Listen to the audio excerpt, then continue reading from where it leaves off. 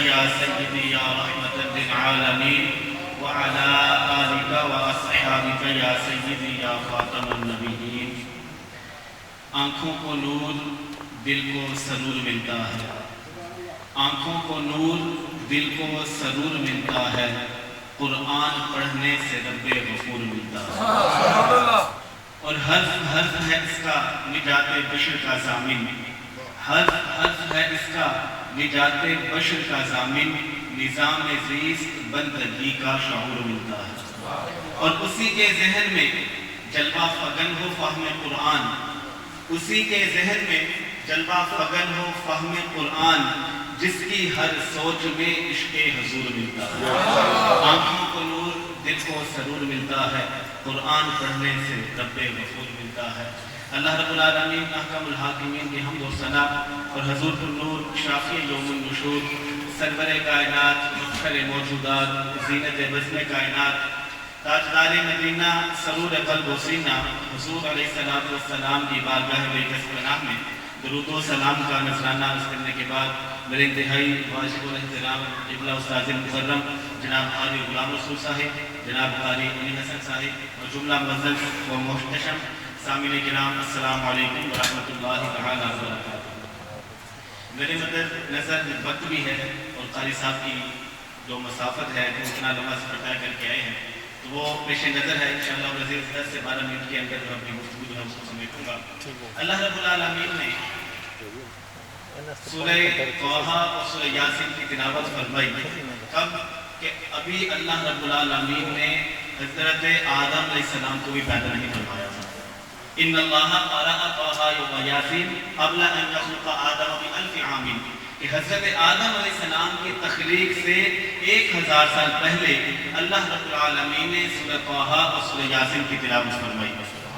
فلما سمع الملائکۃ القرآن، تو جب فرشتوں نے قرآن مجید سنا تو قالوا، وہ بھی کہہ اٹھے، طوبیٰ لأمۃ ینزل ھذا علیہا، اس امت کو مبارک ہو جس پر یہ قرآن مجید اترے گا۔ کہنے لگے طوبیٰ لألسن تکلموا بھذا، ان زبانوں کو بھی مبارک ہو جو اس کی تلاوت کیا کریں گے۔ طوبیٰ لأجواف تحمل بھذا، ان سینوں کو بھی مبارک ہو جن کے اندر یہ قرآن مجید محفوظ ہوگا۔ قرآن مجید اور مسلمان کا تعلق کتنا پرانا ہے کہ ابھی اللہ رب العالمین نے حضرت آدم علیہ السلام کو بھی تخلیق نہیں فرمایا، ان کی تخلیق سے 1000 سال پہلے مسلمانوں کے لیے قرآن مجید تحفہ عطا فرما دیا۔ ایک دن حضور نبی کریم علیہ السلام نے صحابہ اکرام رضوان اللہ تعالی علیہم اجمعین سے پوچھا کہ میرے صحابہ مجھے یہ بتاؤ کہ سب سے عجیب تر ایمان کن لوگوں کا ہے؟ تو فرشتے بڑے حیران ہوئے کہ بڑا عجیب سا سوال پوچھ لیا۔ تو فرشتے کہنے لگے یا بھائی تعالیٰ سب سے عجیب تر ایمان ملائکہ کا ہو سکتا ہے، وہ ہر وقت اللہ رب العالمین کے پابند میں ہیں، اللہ رب العالمین کی حمد بیان کرتے ہیں، اللہ رب العالمین کے عرش کو اٹھائے ہوئے ہیں، اس کی زمین پہ آتے رہتے ہیں، لہذا سب سے عجیب تر ایمان ان لوگوں کا ہے۔ تو حضور نبی کریم علیہ السلام نے پوچھا کہ میں نے افضلیت نہیں پوچھی، میں نے عجیب تر ایمان پوچھا ہے۔ افضلیت ہونا اور بات ہے، عجیب تر ہونا اور بات ہے۔ آپ وضو خانے میں جائیں، ٹوٹے کھولنے پانی نکل آئے گا، یہ ایک ماننے والی بات ہے، لیکن ابھی آپ یہ کہیں کہ ماج سے پانی نکل آئے تو یہ ایک عجیب تر بات ہوگی۔ تو حضور نبی کریم علیہ السلام نے فرمایا کہ مجھے یہ بتاؤ سب سے عجیب تر ایمان کن لوگوں کا ہے؟ تو فرشتہ کہنے لگے کہ یا بھائی تعالیٰ یا رسول اللہ صلی اللہ علیہ وسلم، اگر ملائکہ کا بھی ایمان عجیب تر نہیں تو پھر انبیاء کرام علیہ السلام کا ایمان عجیب تر ہوگا۔ تو حضور نبی کریم علیہ السلام نے فرمایا کہ نہیں، ان کا ایمان بھی عجیب تر نہیں ہے۔ تو پھر صحابہ اکرام نے اس کے یا رسول اللہ صلی اللہ علیہ وسلم، اگر ملائکہ کا ایمان بھی عجیب تر نہیں، انبیاء کرام علیہ السلام کا ایمان بھی عجیب تر نہیں، تو ان کے بعد پھر درجہ ہمارا ہی آتا ہے، پھر ہمارا ایمان عجیب تر ہوگا۔ تو حضور نبی کریم علیہ السلام نے فرمایا کہ نہیں، تمہارا ایمان بھی عجیب تر نہیں ہے، تمہارا ایمان کیسے عجیب تر ہو سکتا ہے؟ تم تو ہر وقت میرے حسن کے سمندر سے لبریز ہوتے رہتے ہو، تمہارے کان تو ہر وقت میرے قیمتی موتیوں کو چننے میں مصروف رہتے ہیں، تمہارا ایمان کیسے عجیب تر ہو سکتا ہے؟ تو صحابہ اکرام نے ہاتھ اٹھا دیے، عرض کیا یا رسول اللہ صلی اللہ علیہ وسلم، پھر آپ ہی بتا دیں کہ سب سے عجیب تر ایمان کن کا ہے؟ تو حضور نبی کریم علیہ السلام نے ارشاد فرمایا کہ میرے صحابہ سب سے عجیب تر ایمان ان لوگوں کا ہے کہ جنہوں نے مجھے دیکھا نہیں ہوگا، لیکن جب وہ قرآن مجید کی تلاوت کریں گی تو تصور میں ان کے میں آ جاؤں گا۔ سب سے عجیب تر ایمان ان لوگوں کا ہے کہ جنہوں نے ظاہری حیات میں حضور نبی کریم علیہ السلام کی زیارت نہیں کی، لیکن جب قرآن مجید کی تلاوت کرتے ہیں تو ان کے سامنے چہرہ مصطفیٰ آ جاتا ہے۔ سب سے امیر جی کر ایمان کن لوگوں کا ہوا؟ وہ ہم لوگوں کا ہوا کہ جنہوں نے حضور نبی کریم علیہ السلام کا زمانہ تو نہیں پایا، لیکن جب قرآن مجید کی تلاوت کرتے ہیں تو ذہن میں تصور یہی ہوتا ہے کہ یہ وہی قرآن ہے جو ہمارے محبوب علیہ السلام پر نازل ہوا۔ اور حضور نبی کریم علیہ السلام فرماتے ہیں کہ یہ جو قرآن مجید ہے، یہ اللہ رب العالمین نے جو مجھ پر وحی فرمائی ہے، یہ میرا سب سے بڑا معجزہ ہے۔ اور بھی انبیاء کرام علیہ السلام اس دنیا میں جلوہ گر ہوئے، سب کو اللہ رب العالمین نے معجزے عطا فرمائے، اور ان کو تو معجزات عطا فرمائے وہ حسی معجزے تھے۔ حسی معجزہ وہ ہوتا ہے کہ جس کو حواس خمسہ جو ہے وہ پہچان سکے، لیکن حضور نبی کریم علیہ السلام کو اللہ رب العالمین نے حسی معجزے بھی عطا فرمائے اور عقلی معجزے بھی عطا فرمائے۔ حضرت صالح علیہ السلام کی اونٹنی پہاڑ سے برآمد ہونا شروع ہو گئی، یہ ایک حسی معجزہ تھا، یہ اس وقت معجزہ تھا، لیکن آج وہ معجزہ نہیں بلکہ اس معجزے کی خبر ہے۔ ایسے ہی حضرت موسیٰ علیہ السلام کا جو عصا تھا وہ فرعون کے جادوگروں کے سانپوں کو ہڑپ کرنا شروع ہو گیا، یہ اس وقت معجزہ تھا، لیکن آج اس معجزے کی خبر ہے۔ لیکن قرآن مجید ایسا عظیم معجزہ ہے کہ یہ اس وقت بھی معجزہ تھا اور آج بھی معجزہ ہے۔ قرآن مجید یہ اللہ رب العالمین نے اس کے آغاز میں فرما دیا کہ ذالک الکتاب لا ریب فیہ، یہ ایسی عظیم الشان کتاب ہے کہ اس میں شک کی کوئی گنجائش بھی نہیں ہے۔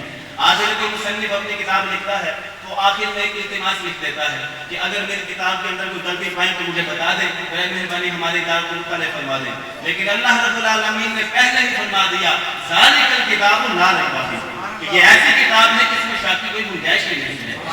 اللہ رب العالمین نے رسول نبی کریم علیہ السلام کو بڑے معجزے عطا فرمائے، اور بخاری شریف کی حدیث سے بات ہے کہ سرکار علیہ السلام نے کیا فرمایا کہ جو اللہ رب العالمین نے مجھے سب سے عظیم معجزہ عطا فرمایا وہ معجزہ قرآن مجید ہے۔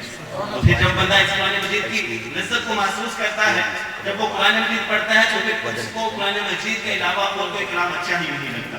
حضرت نبی رضی اللہ تعالیٰ عنہ یہ زمانہ جاہلیت میں بہت بڑے شاعر تھے اور خود شعر لکھا کرتے تھے۔ تو ایک دن حضرت عمر فاروق رضی اللہ تعالیٰ عنہ نے کہا کہ اے نبی تم مجھے اپنے اشعار سناؤ، تو انہوں نے سورہ بقرہ کی تلاوت کرنا شروع کر دی۔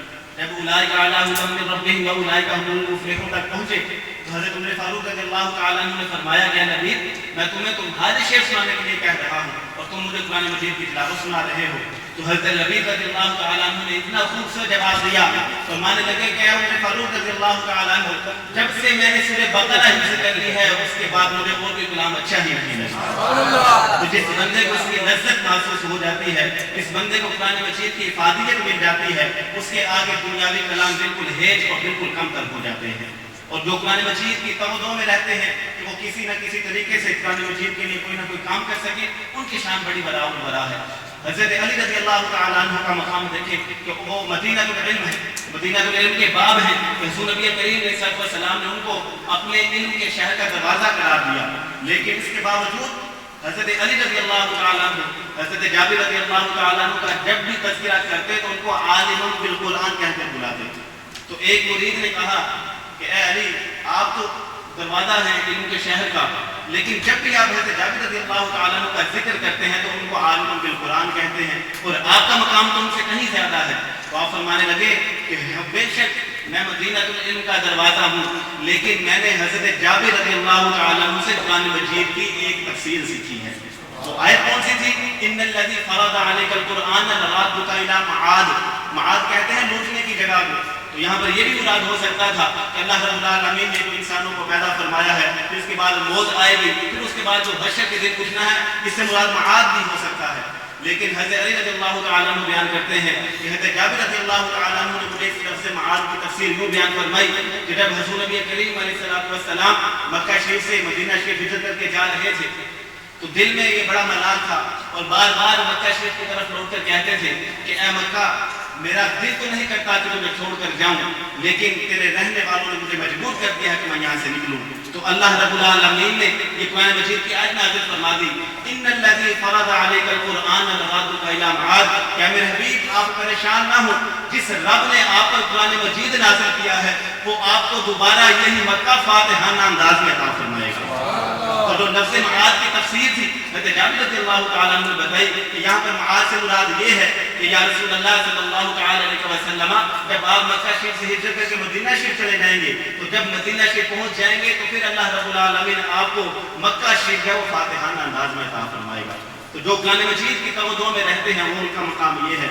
اور حضرت اکرمہ رضی اللہ تعالیٰ عنہ وہ یہ بیان کرتے ہیں کہ وَمَنْ يَخْرُجْ مِنْ بَيْتِهِ مُهَاجِرًا إِلَى اللَّهِ وَرَسُولِهِ ثُمَّ يُدْرِكُهُ الْمَوْتُ فَقَدْ وَقَعَ أَجْرُهُ عَلَى اللَّهِ. کہ جو شخص ہجرت کے گھر سے مکہ شریف سے نکلا اور راستے میں اس کو موت آ گئی تو اس کو اللہ رب العالمین نے ہجرت کا اجر عطا فرمایا.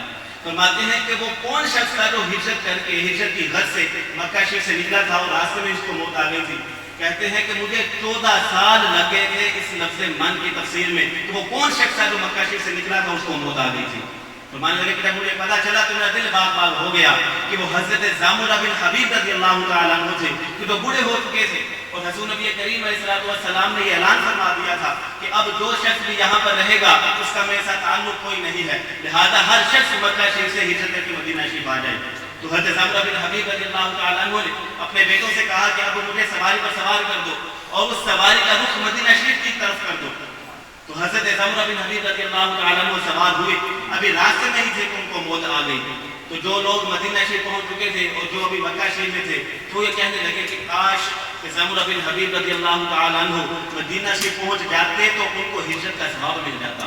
تو اللہ رب العالمین نے قرآن مجید نازل فرما دیا وَمَنْ يَخْرُجْ مِنْ بَيْتِهِ مُهَاجِرًا إِلَى اللَّهِ وَرَسُولِهِ ثُمَّ يُدْرِكُهُ الْمَوْتُ فَقَدْ وَقَعَ أَجْرُهُ عَلَى اللَّهِ. کہ جو شخص ہجرت کی نیت سے اللہ اس کے رسول کی طرف ہجرت کی نیت سے گھر سے نکل پڑا اس کو اللہ رب العالمین نے ہجرت کا ثواب عطا. جو قرآن مجید کو سمجھنا چاہتے ہیں, قرآن مجید کو پرکھنا چاہتے ہیں, قرآن مجید کے اندر کی باتوں کو ڈھونڈنا چاہتے ہیں, ان کا مقام یہ ہوتا ہے. آج ہم کہتے ہیں کہ ہمیں فوراً جو ہے وہ قرآن مجید کا علم حاصل ہو جائے تو یہ ایک بڑی عجیب تر بات ہے. قرآن مجید کا علم ایسے ہی نہیں آ جاتا, اس کے لیے بڑی توجہ کرنی پڑتی ہے. مفسرین کی جو تفاسیر ہیں ان کا مطالعہ کرنا پڑتا ہے, محدثین کی کتب احادیث کا مطالعہ کرنا پڑتا ہے, پھر جا کر کہیں جو ہے وہ چمن میں جو ہے وہ شعلہ جو ہے اٹھتا ہے. اس قدر اور اس نیت سے کہ جو بندہ قرآن مجید کی تلاوت کرے اور اس کو ثواب مل جائے تو اس کا بھی بڑا مقام ہے. رسول نبی کریم علیہ السلام ارشاد فرماتے ہیں کہ جو شخص قرآن مجید کی تلاوت کرتا ہے وہ نوازا گیا, اور جو اٹک اٹک کر پڑھتا ہے وہ نوازا بھی گیا, ساتھ اس کو ایک اور نیکی کا اضافہ بھی دیا گیا. ایک شخص قرآن مجید بڑی روانگی سے پڑھتا ہے الحمدللہ رب العالمین الرحمن الرحیم مالک یوم الدین, اس کو بھی ثواب ملتا ہے. لیکن جو شخص کوشش کرتا ہے اور اٹک اٹک کر پڑھتا ہے تو اللہ رب العالمین اس کو 2 گنا ثواب عطا فرماتا ہے. تو ہمیں چاہیے کہ ہم کوشش کریں, ہمت کریں, جس قدر بھی ہو اللہ رب العالمین کے کلام پاک کو سمجھنے کی کوشش کریں. دعا ہے اللہ رب العالمین ہم سب کو قرآن مجید کی تعلیم حاصل کرنے کی توفیق عطا فرمائے. وآخر دعوانا ان الحمدللہ رب العالمین.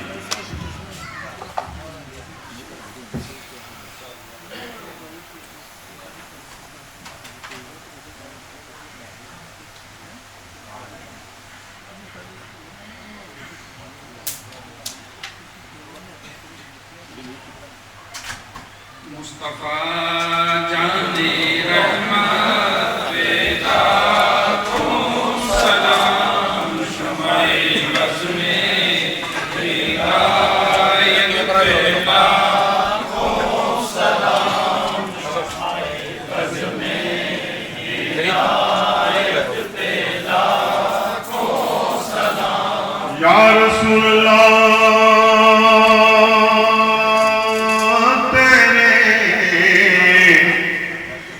در کی فضاؤں کو سلام, گنبد خضرا کی ٹھنڈی ٹھنڈی چھاؤں کو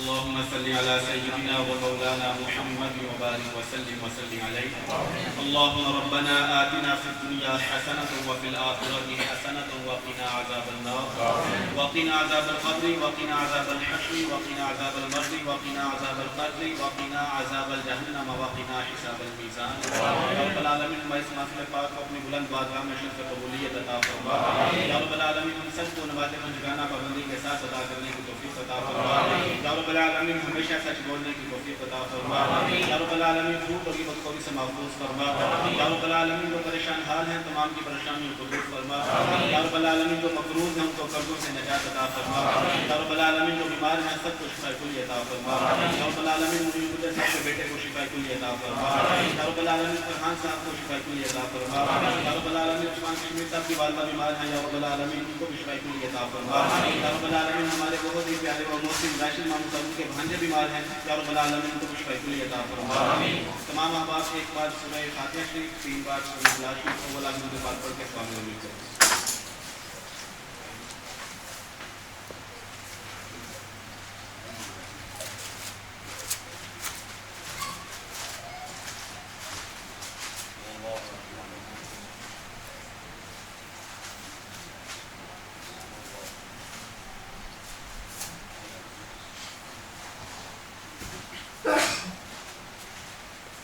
اللهم صل على سيدنا ومولانا محمد وبارك وسلم عليه.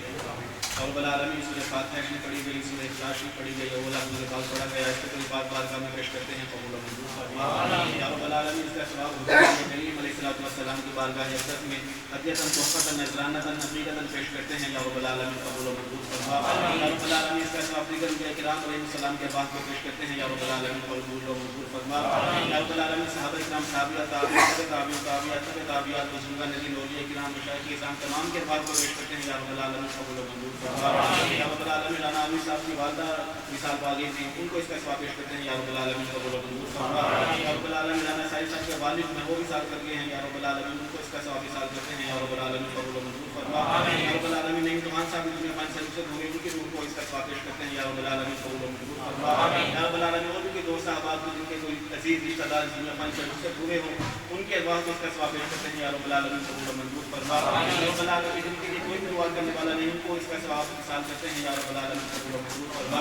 یا رب العالمین بیماروں کو شفا کلی عطا فرما. یا رب العالمین ہمارے انتہائی محسن ناقرین کو محبت سب کے والد بیمار ہیں. یا رب العالمین کو بھی صحت کلی عطا فرما. یا رب العالمین بندہ جن کے والدین کو شفا کلی عطا فرما یا رب العالمین ہمارے ساتھ محترم جناب قاری غلام صاحب کو شفا کلی عطا فرما ربنا ظلمنا انفسنا وان لم تغفر لنا وترحمنا لنكونن من الخاسرين يا رسول الله انظر حالنا يا حبيب الله اسمع قالنا اننا في بحر غم مغرق خذ ايدينا سهل لنا اشكالنا وصلى الله تعالى على رسوله. جن احباب نے جن دوستوں نے اس محفل پاک کا اہتمام کیا ہے یا رب العالمین ان کے کاروبار میں دن دگنی رات میں سگنی ترقی عطا فرما یا رب العالمین اس مسجد کے انتظامیہ میں دن دگنی رات میں سگنی ترقی عطا فرما یا رب العالمین وہ دوست احباب جس اخلاص کے ساتھ اس مسجد کو آگے لے کر چل رہے ہیں یا رب العالمین ان کے اخلاص میں مزید ترقی عطا فرما یا رب العالمین کے کاروبار میں مزید ترقی عطا فرما یا رب العالمین ان کے گھروں میں کاروبار میں اپنی برکت رحمت عطا فرما یا رسول اللہ انصر حالنا یا حبیب اللہ اسمع قالنا اننا فی بحر غم مغرق خذ ایدینا سهل لنا اشکالنا وصلی اللہ تعالی علی رسوله خیر خلقه ونور عرشه وزینة خلقه سیدنا ومولانا ومأوانا ومرجانا محمد وعلى آلہ وصحبہ اجمعین برحمتک یا ارحم الراحمین. تمام احباب کو معافی کی مبارک آجا بھائی آجا اس طرف آجا